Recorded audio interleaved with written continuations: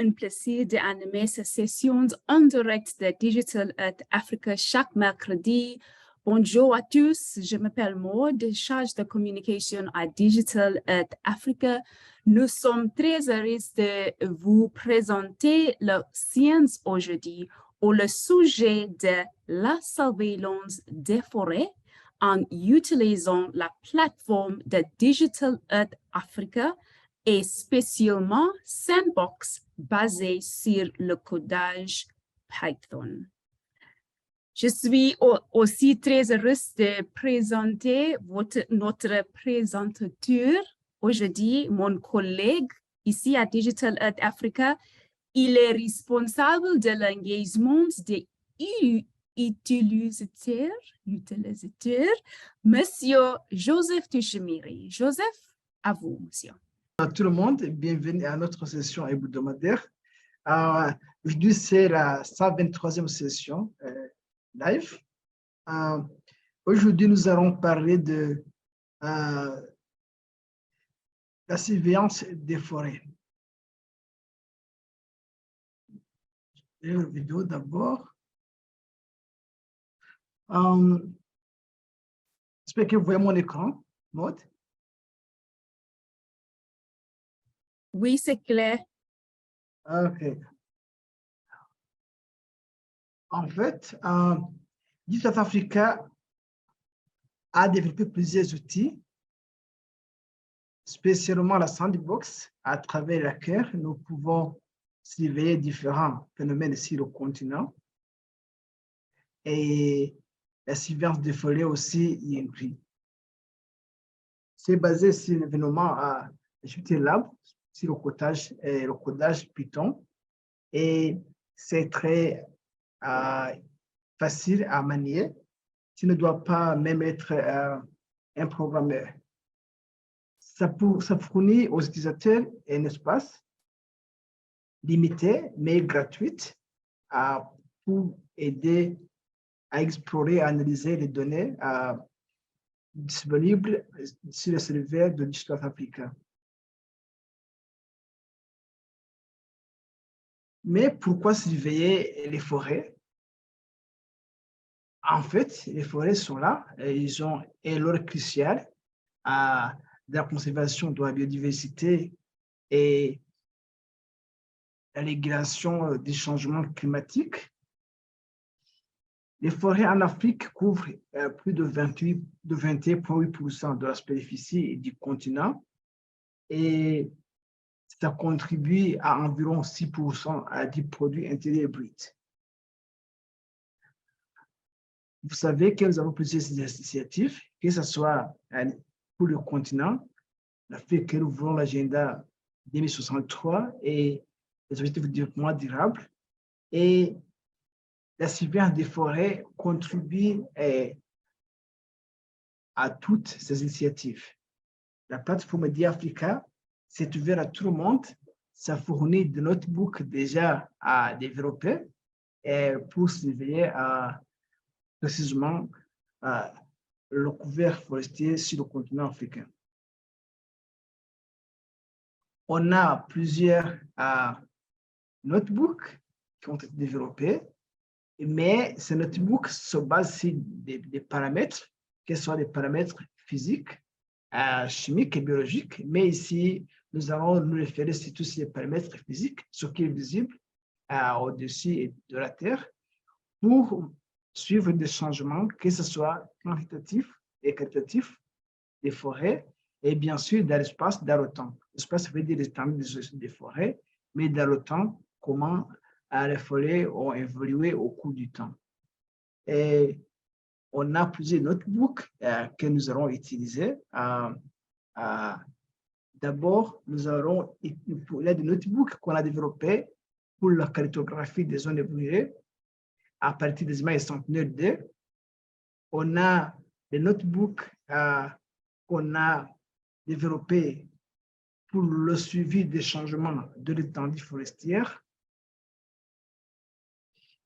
Nous allons utiliser également des notebooks qu'on a utilisés pour suivre l'évolution de la plantation mangrove. Et aussi, nous avons un autre book qui a été développé pour le changement de végétation en général, et spécialement à la forêt. Et enfin, on a eu un autre book qui a été un cas d'application sur le suivi des gisements miniers à ciel ouvert. Si je commence par la surveillance du changement de l'étendue des forêts, ici, nous allons utiliser des données du Global Forest Change. Et cette base de données contient plusieurs couches. Ici, on va travailler de 2020 à 2021. Et bien sûr, chaque couche a été codée de 1 à 20. Et en fait, on va voir où on a eu gain de forêt ou bien où on a eu perte de forêt ou bien où il n'y a pas eu de changement. Ce notebook est très interactif, bien sûr, parce que ça nous parle de trucs avant, c'est-à-dire la couverture des arbres. Et l'os, ça veut dire là où on a eu des pertes, bien sûr, là où il y a eu gain des forêts. Ici, on a travaillé sur la zone de Mungambusi au Zimbabwe. Comme vous voyez, on a généré un graphique à travers la sandbox. Je vais revenir à la fin. Il peut nous montrer la perte de la forêt pour chaque année à partir de 2001 jusqu'en 2021. Juste une période de 20 ans. Et vous voyez qu'en 2017, on a eu une plus grande perte de couverture forestière, à peu près, je vois, 50 km². Ici, voilà des statistiques qu'on avait. En fait, en 2000, on avait à peu près 2092 km². Et le gain entre 2000 et 2012 n'a été que de 0,016 km². Mais quand on voit la perte, sur une période de 20 ans, on a perdu plus de 161,6 km². Si on convertit en pourcentage, c'est une très grande étendue comparée à la surface d'études. L'autre notebook qui peut nous aider à gérer les forêts, c'est la cartographie des zones brûlées, parce que vous savez que l'effet de bourse abîme les forêts et avec des conséquences connexes, surtout l'extinction de la biomasse, mais aussi de la biodiversité. Et ce notebook va se baser sur des indices spectrales qu'on appelle combustion normalisée, qui a été dérivée des images Sentinelle-2. Et la zone d'intérêt est trouve au nord du Ghana et nous allons travailler comme notre année de départ, notre point de départ de l'octobre 2019 jusqu'en décembre 2019. Et la date de sortie et sélectionnée a été mentionnée là-bas. Et ici, nous allons utiliser le taux de combustion normalisé, NIBR. C'est un indice qui se calcule de façon que la végétation verte et la végétation brûlée, bien sûr, réfléchissent différemment la lumière et la famille marquée. Le changement de rapport de combustion normalisée, également appelé combustion normalisée delta, est calculé en soustrayant la valeur NBR post-indice de la valeur de référence. Ça, c'est l'exemple. À gauche, nous avons une image vraie couleur de notre région. Et à droite, nous avons l'indice de combustion, le taux de combustion Et puis, vous voyez que ça varie de -1 à 1 et où la végétation saine, c'est-à-dire la végétation verte, aura un indice, une valeur élevée, tandis que la végétation brûlée aura un indice faible. Ce sont des régions qui se considèrent qui sont en couleur rouge ici sur notre graphique. Et les zones de végétation sèche ou bien la terre nue réfléchiront aussi très faiblement. Ici, si on essaie de voir l'image plus ou moins claire, vous voyez que les zones en rouge ont été affectées par des feux de brousse, alors que les zones en bleu ont été moins affectées, c'est-à-dire que ont plus ou moins une grande couverture de la végétation verte. Si on essaie de combiner ce que nous avons trouvé avec des données au Spot Films qui montrent des zones brûlées, ici on voit que ça correspond plus ou moins. Notre zone qui est verte n'a pas connu plus de feuilles de bourse et tout ça est facilement réalisable à travers notre sandbox. Ici, à la fin, on peut créer le delta NBL. Vous voyez que c'est plus élevé dans des zones brûlées et ça devient plus ou moins faible dans les zones vertes. Et ça va toujours nous informer des zones qui ont été ravagées par les feux de bourse, bien sûr pour prendre des décisions adéquates de protection. Ici, on peut aller jusqu'à calculer des statistiques, là où on voit que à peu près à 39,68 km² sur 483 km² ont été brûlés, soit 8%, plus de 8% de notre zone ont été ravagées par des feux de bourse. Ici, à travers la sandbox d'Histoire Africa, on peut suivre aussi l'évolution de l'étendue des mangroves sur le continent africain en utilisant les images Sentinel-2. Nous allons utiliser des données aussi de Global Mangrove Watch, ces données étant un répertoire des cartes de référence mondiale de mangrove qui commence des années 96 jusqu'à 2016. Et ces ensembles de données vont nous aider à valider ou à masquer les régions couvertes de mangroves. Et ici, l'objectif en serait de montrer comment suivre l'évolution des mangroves en utilisant cette couche mondiale de GMW et la zone d'intérêt sera à Kesho, au Guinée-Bissau.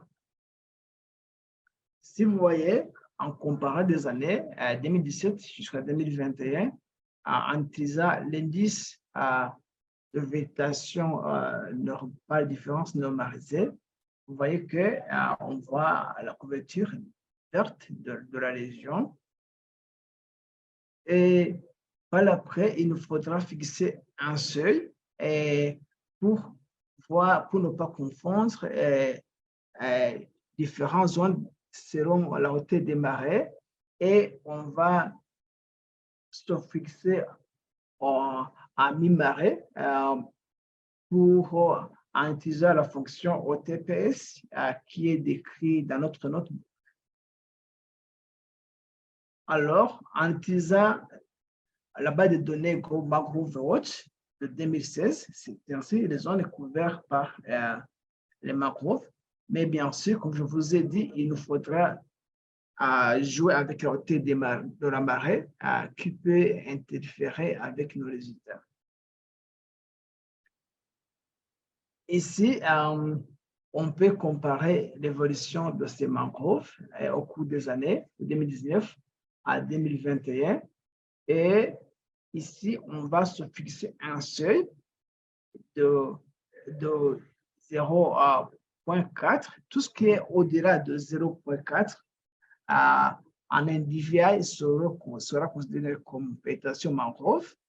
Et ce que nous appelons mangrove régulière, on aura un seuil de DVI inférieur ou égal à 0,7. Et alors, au-delà de 0,7, nous aurons ce que nous appelons mangrove fermée, c'est-à-dire à canopée dense. Si on doit essayer de faire des statistiques, on voit que, en général, notre graphique va nous montrer des mangroves, quantité perdue, des mangroves, quantité gagnée et le changement. Et ce que vous voyez, c'est que en vert, ce sont des mangroves qui ont apparu. La courbe nous semble plus ou moins stable. Le changement aussi a été plus ou moins stable. Là, on voit qu'une grande partie de la végétation mangrove n'a pas subi un grand changement. Mais ici, on peut calculer en hectares la surface, fait des statistiques. On voit que, en fait, la perte a été minime comparée au changement en général. On peut aussi détecter le changement de la végétation en utilisant les images sentinelles à travers notre DAfrica Sandbox. Ici, on va appliquer ça dans les îles forestières de Tinderet, au nord du Kenya. Je ne sais pas, au Kenya, je ne sais pas si c'est au nord. Et on va essayer de comparer à sélectionner des données de 2013 à l'an 2018. En produisant des statistiques, vous voyez des images comparées des années à partir de notre image de départ et notre image de référence et notre image de période d'étude. Ici, on a produit des statistiques. En rouge, c'est la surface de forêt qui a été détruite. Et en bleu, c'est la surface de la forêt qui a apparu au cours du temps. Et à travers ces statistiques, on voit que 7,44% de pixels ont subi un changement dans n'importe quel sens. Mais ici, plus précisément, on voit que 5,63% de pixels ont subi une déforestation, c'est-à-dire que la forêt a été convertie ou bien détruite pour d'autres intérêts. Et c'est ça qui représente notre figure où en jaune, c'est la forêt qui a été perdue, alors que d'autres couleurs représentent la surface spéciale en général. L'autre chose qu'on peut faire à travers l'ITRAS Africa, on peut suivre les gisements miniers à ciel ouvert. Pourquoi? Là où l'exploitation minière, on a tendance à convertir des forêts, bien sûr, avec d'autres fonctions connexes pour avoir accès à des mines. Alors, nous avons développé un notebook qui va utiliser notre géomètre à niveau des V de l'image centenaire 2 ou bien utiliser l'image centenaire 1 qui est le DAR qui pénètre facilement les nuages et combiner cette image avec nos données d'observation des eaux à partir de l'espace. Alors, ce notebook nous permet de détecter les zones où l'exploitation minière a envahi les surfaces forestières, mais bien sûr, il faudra toujours des validations sur le terrain. Ici, l'exemple que nous avons pris, c'est à Ambatovi, c'est en Madagascar, et à Rio Tinto aussi, c'est au Madagascar. Et on a comparé à partir de 2017 à 2020. Si vous voyez les deux zones, vous voyez que ce sont des gisements miniers très remarquables qui ont tendance à envahir la forêt, surtout en Batovi. Et bien sûr, ça a aussi d'autres effets néfastes, surtout les conditions qui sont aux alentours. Vous voyez, si on donne les images vraies couleurs dans Batovi, semble ainsi, on peut essayer de voir, de cartographier les gisements miniers potentiels, mais aussi on peut associer ces gisements potentiels à la perte de la couverture forestière au cours du temps, là où en orange, c'est en 2018, ça fait qu'elle a été perdue en 2018. En vert, ça fait qu'elle a été perdue en 2019. Et en rouge, ça fait qu'elle a été perdue en 2020. On peut aussi prendre des statistiques qui nous montrent la végétation qui a été perdue au cours du temps. Mais ce n'est pas forcément dû à l'exploitation minière. C'est pourquoi on a essayé d'identifier la végétation qui a été perdue à l'exploitation minière. Par exemple, ici à Batovi, si on voit qu'entre 2017 et 2020, c'est vraiment 0,17% de la végétation a été perdue due à l'exploitation minière, c'est-à-dire que ce gisement ne s'est pas étendu en surface au cours de ce temps et ça a été confirmé par des sources de Madagascar. La même chose à Rio Tinto, c'est la même chose. On peut suivre les gisements miniers, mais on voit que ici les gisements miniers s'est étendu au cours du temps de 2018 et en 2020 et ça envahit les zones vertes.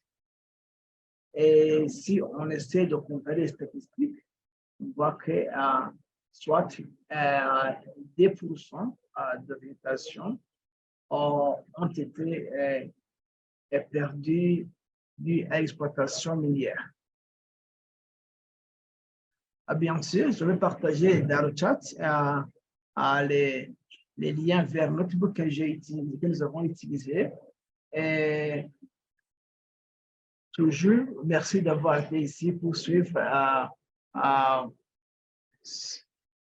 cette présentation, mais à travers l'enforcement de capacité, on a un cours en français et en anglais qui peut vous montrer comment générer ces notebooks, comment les exploiter, comment accéder à ces données, ou bien comment les adapter à votre cas d'application. Bien sûr, il y a plusieurs façons de communication, soit à travers notre site web, à travers notre helpdesk, ou bien à travers cette session d'échange. Et merci. Avant que je le finisse, je pourrais vous montrer, tout en suivant, comment ce notebook peut nous aider. Ici, j'avais parlé de changement d'orientation. Nous avons un notebook qui commence par un titre, une description totale, pourquoi suivre la végétation, quelles sont les étapes à suivre. Alors, les codes ont été développés. Il vous faudra spécialement savoir la zone sur laquelle vous allez travailler en précisant les coordonnées géographiques, latitude et longitude et la zone de tampon. Et bien sûr, et l'année de votre titre. Et si vous connaissez ça, après, vous pourrez lancer, avoir un tableau interactif pour vous assurer que vous êtes dans votre zone d'études. Et par après, vous pouvez essayer de faire des statistiques qui sont liées, comme ça a été montré, avoir un graphique pareil qui vous communique de l'évolution de l'habitation de la forêt dans une région et par après avoir des conclusions. Même chose pour la mangrove, les notebooks sont déjà là. C'est question d'aller à travers, spécifier votre zone d'étude, lancer le code et par après, vous aurez des graphiques que je vous ai présentés et bien sûr, des statistiques qui sont liées, qui vous montrent des changements et des centres de changement. Et si vous avez assez de temps, vous pouvez aller sur le terrain pour valider. Même chose pour l'exploitation des gisements miniers. Ici aussi, on a un notebook bien détaillé qui montre le problématique, qui montre les étapes. Ici, bien sûr, vous aurez la capacité de définir votre zone d'étude et de créer un polygone qui vous permettra de définir votre surface d'études. Et par après, vous pourrez générer des statistiques pareilles comme je vous ai présenté, tant pour Ambotovi et pour Rio Tinto. Et ça, tout est gratuitement accessible à travers le sandbox. Et on a notre équipe, surtout Kenneth Moubeya et Edouard Boma, là pour aider tout le monde gratuitement en cas de besoin. Et merci beaucoup pour votre attention. À vous, la parole est Maud. Merci beaucoup, Joseph, pour cette présentation très claire, très pédagogique sur le sujet de surveillance des forêts. Joseph a ajouté un lien de la sandbox de Digital Earth Africa sur le chat. C'est sandbox.digitalearthafrica.africa. C'est le lien pour le sandbox. Et voilà, à ce moment, je voudrais, et aussi le github.com, c'est toutes les informations sur le chat, si c'est disponible dans le chat. Merci beaucoup encore, Joseph. Merci à tout le monde pour votre attention. Nous avons cette session chaque mercredi en anglais et aussi en français. Aujourd'hui, c'est français, mais le mercredi prochain serait en anglais. Et bonne soirée, merci pour votre attention et à mercredi prochain. Ok, merci, au revoir. Merci, Maud. Au revoir tout le monde. Au revoir à tous. Au revoir. Merci beaucoup.